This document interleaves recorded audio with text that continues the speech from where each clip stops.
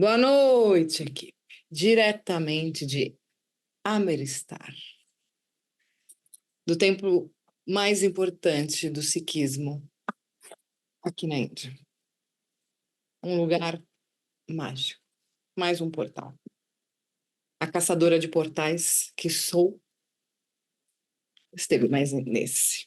Esse foi meu a pedido meu para as entidades. Eles atenderam um pedido de anos, há anos que eu queria vir para o Golden Temple. Há anos. Estamos aqui direto do Golden Temple, as imagens maravilhosas. Eu vou explicar depois para todo mundo o porquê que eu frequento, vou para todos os lugares de todas as religiões, sendo espírita, católica, budista, hindu, judia, para quem não sabe, eu sou judia. Muitas outras filosofias. Então, isso é muito importante da gente entender para vocês entenderem também o contexto onde vocês estão. E mesmo semana passada que eu estava na Madre Teresa de Calcutá, que é, né, de origem católica, que prega o cristianismo, né? A Madre Teresa é a mais universalista de todos, porque ela tratava todos. Então, temos muito isso, assim, dessa barreira entre as religiões que vai cair. E se eu puder contribuir junto com a equipe, nós vamos. Contribuir para que não existam mais guerras santas, não existam mais distinções de religiões, existe luz, e muita, muita luz em todas as religiões. E nos tratamentos de cura, a gente utiliza todas. Depende do caso. Depende do caso, a gente vai utilizar tantos hertz de uma frequência energética religiosa, depois mais um pouco de hertz de frequência religiosa da pessoa quando ela era naquela vida passada e que ali que teve a causa do problema. Então, eu vou explicar um pouquinho depois disso. Amiristar. Amiristar é o lugar no norte da Índia, fronteira com o Paquistão. Estou na fronteira com o Paquistão. Está a 30 quilômetros daqui.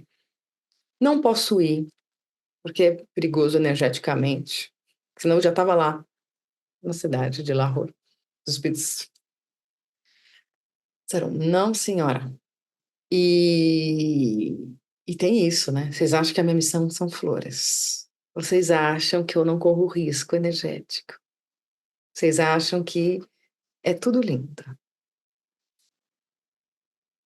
Um dia eu conto. Mas estamos aqui. Era um sonho meu chegar em Amritsar, no Golden Temple, que é um templo, sede base, principal templo da religião Sikh. Os Sikhs são aqueles indianos com turbante, eles são uma mistura do islamismo com o hinduísmo. Eu vou fazer um estudo essencial sobre o sikhismo. É uma religião que preza o Deus único, a fraternidade, e é muita luz, porque eles têm várias castas na Índia, várias, né, faixas sociais. Só que aqui, quem é Sikh, todo mundo é igual. Então, eles têm a filosofia do somos um, que nem temos nós. E aqui todos trabalham. Então, todos fazem a caridade. Então, tem pessoas que fazem voluntariado na cozinha, outros que você pode dormir gratuitamente na complexo do templo. Eles servem comida gratuitamente para mais de 7.000 pessoas por dia. E aqui é o lugar principal, é um portal de luz do sikhismo no mundo. Esse templo, peraí, é assim, não, é assim. Ah, sei lá, gente. É que essa foto tá aqui atrás. Esse templo, ele é coberto de ouro. São 500 toneladas de ouro. Fica numa lagoa, eles construíram, e aí tem não é uma lagoa, botaram a água, né? E aí, de noite, é tudo iluminado, é lindíssimo. E quando reflete o sol, parece que o negócio é na cidade sagrada de Amritsar. Muita fé. Para entrar nesse templo, parece o Círio de Nazaré, de tanta gente com fé. É muito difícil ser sikh, tem várias regras para você ser batizado no sikhismo. Tem que seguir vários preceitos. E eu andando pelo mundo, percebo quantas regras existem em tantas religiões. Você tem que fazer isso, você tem que fazer aquilo, você tem que. E as pessoas, pela fé, fazem. Mas eles são muito abertos. As pessoas, eu fui super bem tratada, eles disponibilizam uma pessoa que explica tudo para você saber e tal, como funciona. É um dos lugares, o primeiro lugar que eu fui na Índia nunca foi um templo hindu, desde há 10 anos atrás, quando eu vim aqui pela primeira vez, e sim foi um templo em Delhi, Sikh. E me deu uma paz muito grande. Eles leem um livro, são 10 mestres que, que elaboraram o sikhismo, e eles leem essa Bíblia deles, vamos dizer assim, né? Esse livro sagrado deles, como se fossem cânticos. E eu fecho o olho ali na sala que esse padre, esse sacerdote, que lê, e é muito, dá uma grande, grande paz. Mas é muito interessante vocês verem a arquitetura também, porque existe um templo onde tem o elemento metálico, que é o ouro, e aí estudando Saint-Germain, a alquimia das pedras, dos metais preciosos. Sabia que espiritualmente tem um grande estudo alquímico sobre os metais preciosos, pessoas? Então a gente tem um templo de ouro aterrado no solo, né? Um solo terreno, circundado de água, sendo que a água é o maior condutor de eletricidade do mundo, a céu aberto, que tem o elemento ar. Então, assim, é muito interessante. E tem umas coisas muito incríveis, mas não só no sikhismo, e eu vou um dia escrever sobre isso, sobre a questão do cabelo. Muitas questões no Oriente, mas não só com o cabelo. O cabelo sempre foi um objeto de espiritual que a gente nem no Ocidente pensa mais. Mas uma pessoa que é um sikh batizado no sikhismo não pode mostrar o cabelo de jeito nenhum. Por quê? Porque o cabelo eles acreditam que vem de Deus, é um presente de Deus. Então você tem que, como ele é sagrado, você penteia para Deus e protege. Então esses homens, eles têm desde pequeno o cabelo trançado aqui em cima, e eles usam umas touquinhas, e aí depois eles colocam o turbante. Você só pode, na sua casa, você não pode tirar o turbante. Você só tira o turbante e a touquinha. Nem para dormir você dorme com a touquinha. E o turbante em casa. Eu perguntei isso para eles. E você só pode fazer a sua higiene com um pente de madeira sagrado que os sikhs têm, onde você faz a sua higiene, lava o cabelo. Aí ele me falou com shampoo. Depois você passa óleos sagrados no cabelo, trança ele de novo, prende com um metal, que é uma das coisas, que são 5 itens que você tem que ter no sikhismo, e aí você põe o turbante, você protege. Na Umbanda, a gente tem a coisa de colocar o turbante para proteger a coroa. Eu mesma dou uma dica muito válida para vocês, quando vocês estiverem com dores de cabeça, ou estiverem um pouco mais energizadas da mediunidade, entrando em lugares que deixam até tonto, cobre a cabeça, bota um chapéu, bota um boné, eu boto umas faixas no cabelo, assim. Às vezes os espíritos falam assim, só entra lá de faixa, filha, bota a faixa. Por quê? Porque a coroa é muito importante. As freiras cobrem a cabeça. O papa cobre a cabeça. Os rabinos cobrem a cabeça. A coroa é sagrada para muitas religiões. As indianas usam o véu. Então tem umas coisas muito, muito interessantes. Outra coisa muito interessante na Índia, e isso eu vejo estudando a espiritualidade, eu quero jogar aqui para vocês pensarem um pouco dos chakras e dos canais energéticos. Você só entra em templo hindu, em templo sikh, se você estiver descalço. Você não entra nem de meia, eles não deixam nem você entrar de meia. Alguns templos hindus eu consigo entrar de meia, mas você só entra descalço. Então, assim, é uma questão higiênica para não sujar o templo?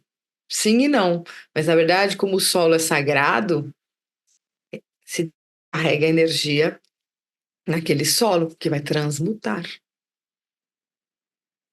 tá?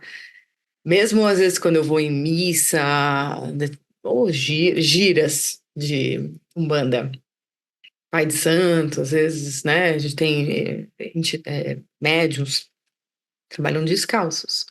Por quê? Porque precisa que as energias entram e saem, sai pelo pé, entra pela cabeça e por aí vai. Às vezes eu tô em missa, né? E às vezes começa a me apertar o pé, apertar a meia, eu tiro, eu fico descalça e vai. Só que eu tenho muita sensibilidade nos pés e nas mãos e eu sinto um pouco de incômodo de ficar descalço em determinados lugares. Mas é uma coisa do que a gente descarrega as energias. Eles descarregam nos templos. Isso é muito interessante, o descalço e o coberto na cabeça. Vivendo e aprendendo, viajando no mundo. E aí é muito engraçado assim, eu fico falando, por que a equipe me trouxe até aqui? Nesse templo específico, eu quis vir, sempre quis. Eu tenho uma coisa com os Sikhs, desde o primeiro que eu pisei na Índia, eu sempre quis vir. E eu falei dessa vez para os espíritos, eu não saio da Índia se eu não for lá. Muito difícil energeticamente entrar aqui, não foi simples. Eu, como médium de cura, isso eu falo para vocês. Por que que esse aqui é um evangelho e é um projeto espiritual, a Essential Way, onde quem está aqui na preparação para o Natal ouviu falar já de Madre Teresa de Calcutá, de Shiva, nós falamos de Divaldo Franco, de Chico Xavier, dos espíritos sempre, dos médicos espirituais. Se canta duas músicas na Umbanda, de Umbanda ao iniciar o evangelho. Por que que tudo isso? Esse mix de religiões. E por que que eu incentivo isso? Porque nós somos um. E quando eu aprendi, todos os médiums de cura, e vocês têm que entender que vocês estão num evangelho de cura, ok? Isso aqui é um projeto espiritual, a Essential Way é um projeto de cura. Não é um projeto de desobsessão. Existe a desobsessão se está inserido num projeto de cura, tá? Isso aqui não é um centro espiritual com várias frentes. É um trabalho de cura. Então aqui a gente foca na cura, na medicina espiritual. E quando uma pessoa chega doente, vamos dar um exemplo, né? Uma pessoa chega com câncer no pulmão, o que que acontece? Ela chega com câncer no pulmão, ela nunca fumou. E ela é católica nessa vida. Vamos dar esse exemplo. Só que a causa do problema, que podem ser 5 causas do problema da sua doença, tá? Pode ser uma causa emocional, ou seja, você não sabe lidar com as emoções, você não sabe lidar com a ansiedade, com paciência, com tolerância. Pode ser uma causa psicológica, algum trauma que você teve. Eu tô falando, ou o doente, né? O paciente. Pode ser uma causa espiritual, ou seja, alguma obsessão, alguma interferência. Pode ser uma causa kármica, ou seja, aconteceu na vida passada e através da lei da ação e reação vem para essa vida. Ou pode ser uma causa física, que é a maioria dos casos, que é uma causa física unida a algumas dessas outras. Então é físico, o câncer do pulmão, devido a uma causa kármica que aconteceu na vida passada e devido a um trauma de infância. Às vezes é 3 ou 4. E aí o que que acontece? Os espíritos fazem um PET scan do perispírito da pessoa. Todos. Vocês passaram pelo PET scan. Se fosse uma análise do perispírito, identificam a causa do problema, porque aqui se trata as causas dos problemas e não o problema. O médico da Terra é que vai agir no seu corpo físico. Nós tratamos aqui com as entidades espirituais, os doutores e os médicos espirituais, a causa do problema. E aí o que acontece? Eles identificam a causa ou as causas, e aí existe um processo de tratamento médico espiritual, que vai levar tantos meses, dias, anos, depende do caso, que aí se decide. E aí precisa frequência no evangelho, que é o grande hospital espiritual, ou nas outras práticas, né? Ou até durante um processo ao longo dos anos, existem terapias, então vai para o psicólogo, vai fazer constelação familiar, vai viajar para determinado lugar e por aí vai. Mas quando a causa é kármica, digamos que esse câncer no pulmão se dá quando a pessoa teve uma vida na Turquia onde fumava muito. E os turcos são muçulmanos, vamos dar um exemplo. Ok? Então, quando chega uma pessoa que é hoje católica, mas que a causa do seu câncer do pulmão está na vida na Turquia quando era islâmico, vem e tem que ser tratado quando é causa kármica com entidades e falanges que representam aquela vida, mas não só. Os espíritos fazem como se fosse uma receita de bolo para vocês entenderem. Eles falam assim, para tratar e curar esse caso, a causa desse problema, vai precisar de 200 megahertz de frequência energética do cristianismo, vai precisar de 500 megahertz de fraternidade branca no final do processo. Nós vamos abrir o processo fazendo 700 megahertz de candomblé, porque é um problema muito grave que precisa ser purificado, destrinchado. Depois a gente vai inserir 300 megahertz de frequência da Umbanda e por aí vai. E aí, tudo isso, não precisamos fazer rituais de cada religião para tratar essa pessoa. Só que quando essa pessoa é tratada, e nesse caso aqui a distância, né, em desdobramento, como nós fazemos no Evangelho, o que acontece? Eu, Carolina, eu não preciso me vestir de sikh para atender uma pessoa que tem úlcera devido à vida na Índia quando era sikh. Basta que eu esteja conectada com o solo sagrado dos Sikhs, que eu esteja afinada energeticamente com entidades espirituais que trabalham na linhagem energética dos Sikhs, e a hora que precisar vir até alguém, basta fechar os olhos, eles se conectam através de eletrodos espirituais com o meu aparelho e realizam o trabalho através da transmissão energética das mãos e dos chakras que estão todos abertos para doar a energia que essas entidades passam. Mas não são só essas do Oriente. Existem, como eu falei, a receita do bolo. Então, várias frequências. Então, durante um processo de tratamento de uma pessoa, então precisa ter a frequência do cristianismo, depois tem que ter a frequência da fraternidade branca, e aí tem instrumentos e energias que são passadas na mão pelo aparelho do médium. E vocês fazem isso. Cada um ajuda de uma maneira.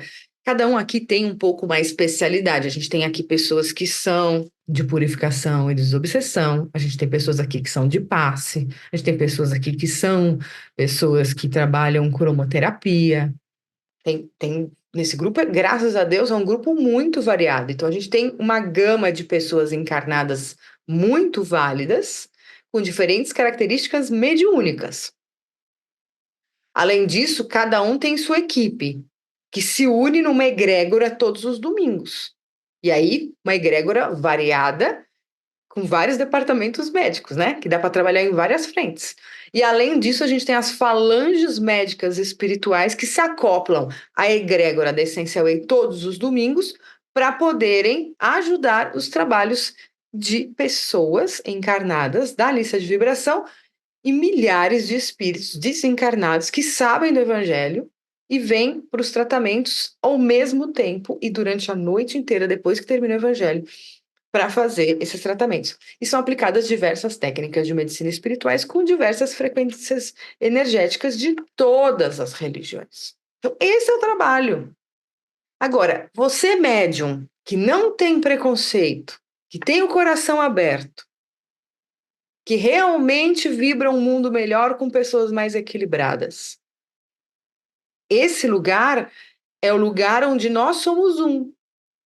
Se o meu irmão Sikh, que mora em Amritsar, na Índia, tem uma dificuldade corporal que eu posso impor a mão estando aqui, e as entidades ativam o meu chakra humeral e passam a energia que ele precisa, bem-vindo ao mundo da Terra regenerada, onde nós somos um. Não existe que eu vou não ajudar as pessoas, independente da religião, do dinheiro, da classe social. No meu caso, o meu centro espírita é o mundo. E isso é muito inspirado, quer dizer, não é muito inspirado, é guiado mesmo. Isso eu só descobri depois, por São Francisco de Assis, que falava que a minha igreja é o mundo. Ele não tinha paróquia, São Francisco de Assis, era um frade. Muito à linha disso, nós vamos tratar as pessoas que não estão nas igrejas, que não estão nos centros espíritas, que não estão nas sinagogas. As pessoas que às vezes estão do nosso lado, no nosso escritório, na nossa família, ou o nosso vizinho de casa, ou aquela pessoa que sentou do nosso lado no ônibus. E os espíritos, você sente um calor assim, o espírito já passou a energia, porque aquela pessoa vai ter câncer daqui a 6 meses. Ou você vai se lembrar, vai mentalizar, vai colocar na lista de vibração e vai ajudar aqueles seres. Quantos pedem ajuda?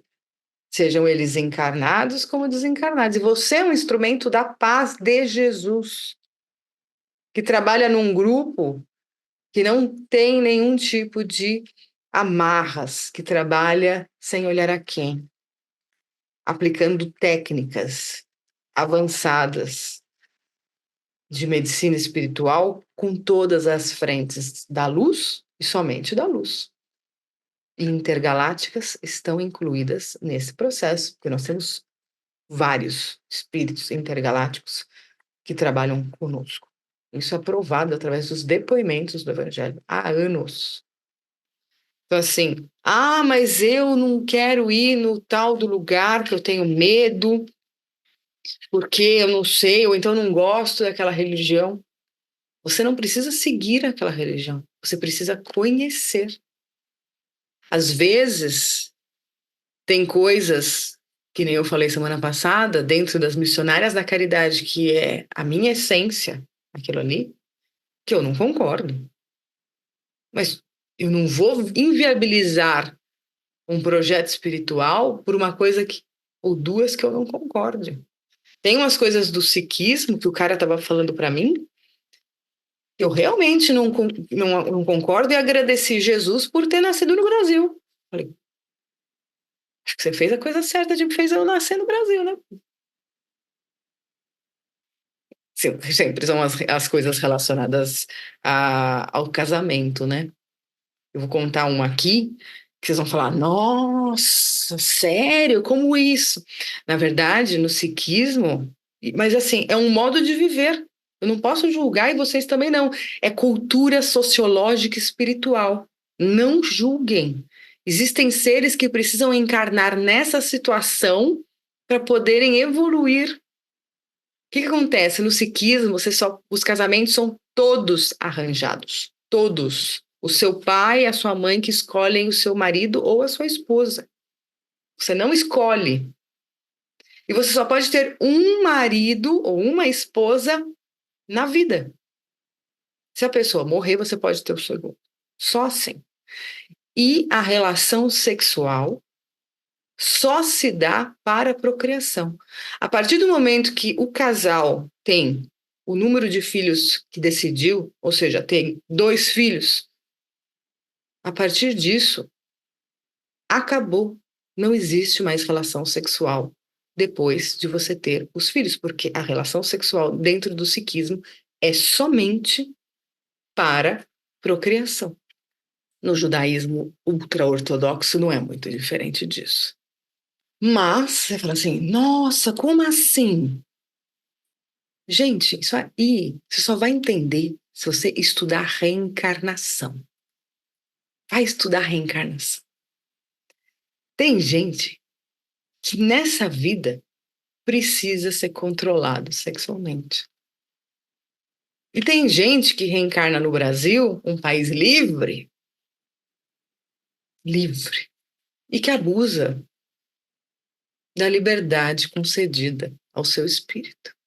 Não só no Brasil, né, gente? No Ocidente, vamos fazer assim. Então, muita atenção.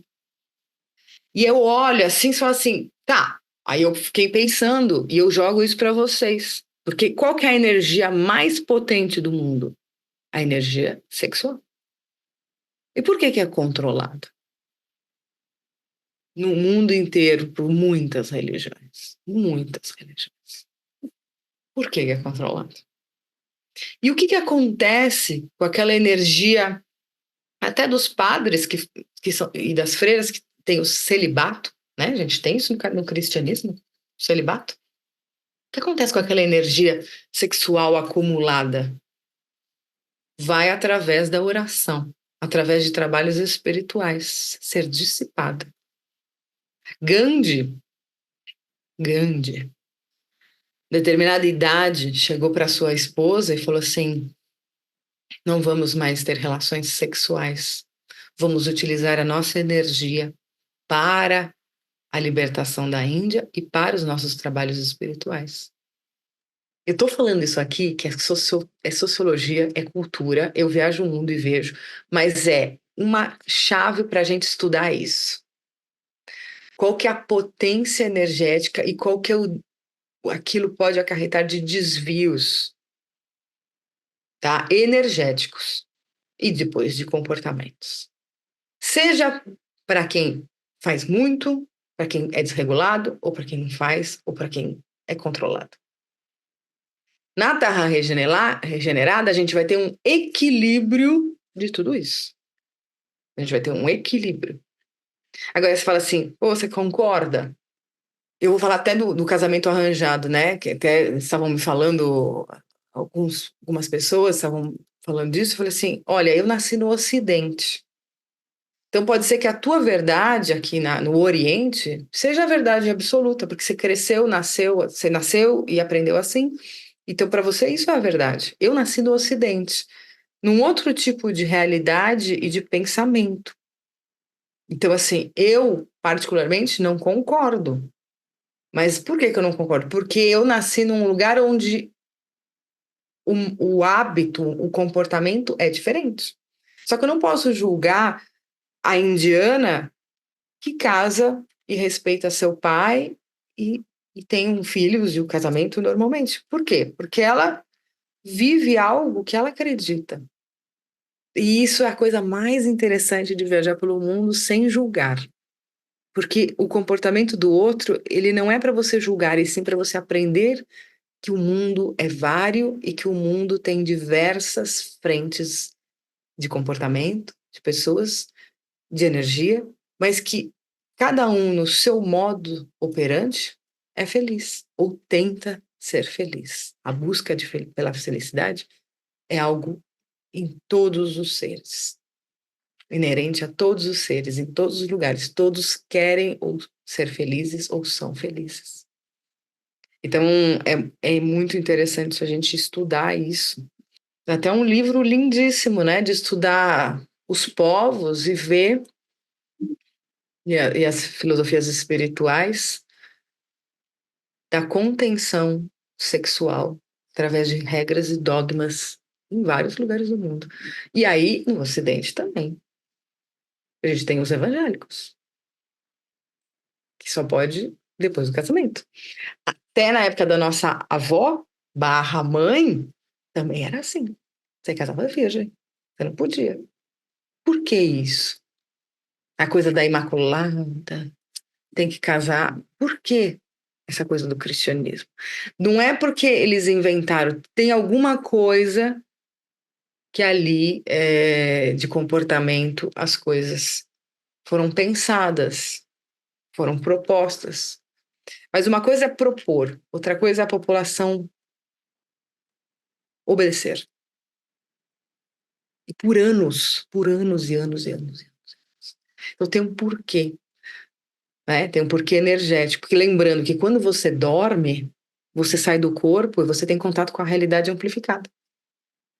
Então, se fosse alguma coisa completamente errada ou completamente muitos iam se rebelar. Mas existem no mundo focos e bolhas de luz, de testes energéticos e em períodos da vida onde existem libertações para testar como a sociedade se comporta. E a gente teve a liberdade sexual nos anos 70, começou em Woodstock. Então, assim, como que isso vai? Hoje a gente tem uma coisa do papel no Ocidente, que ainda não chegou no Oriente, tá? Que é o papel da mulher, do sagrado feminino dentro de uma sociedade. Nossas mães, elas viveram uma sociedade para a mulher. Nós estamos vivendo outra, e nossos filhos ou sobrinhos ou pequenininhos que estão nascendo agora, as menininhas, elas vão viver uma nova tipo de realidade comportamental e o papel da mulher na sociedade. Mas ainda vivemos com a maioria das mulheres que ganham menos que os homens e por aí vai. Mas isso a gente está vivendo no Ocidente, no Oriente não. No Oriente é outra história. Estão errados? Eu não estou aqui para falar quem está certo ou está errado. Eu estou falando que eu analiso tudo isso, observo, faço parte dos trabalhos espirituais, ajudo o máximo que eu posso e continuo minha caminhada. Que o próximo porto, ou próxima cidade, ou a o próximo país vai me ensinar ainda mais a entender a sociedade humana e como as energias giram, porque existem vórtices, chakras energéticos em cada cidade, em cada templo, em cada lugar e em cada pessoa. Pensem nisso, ok?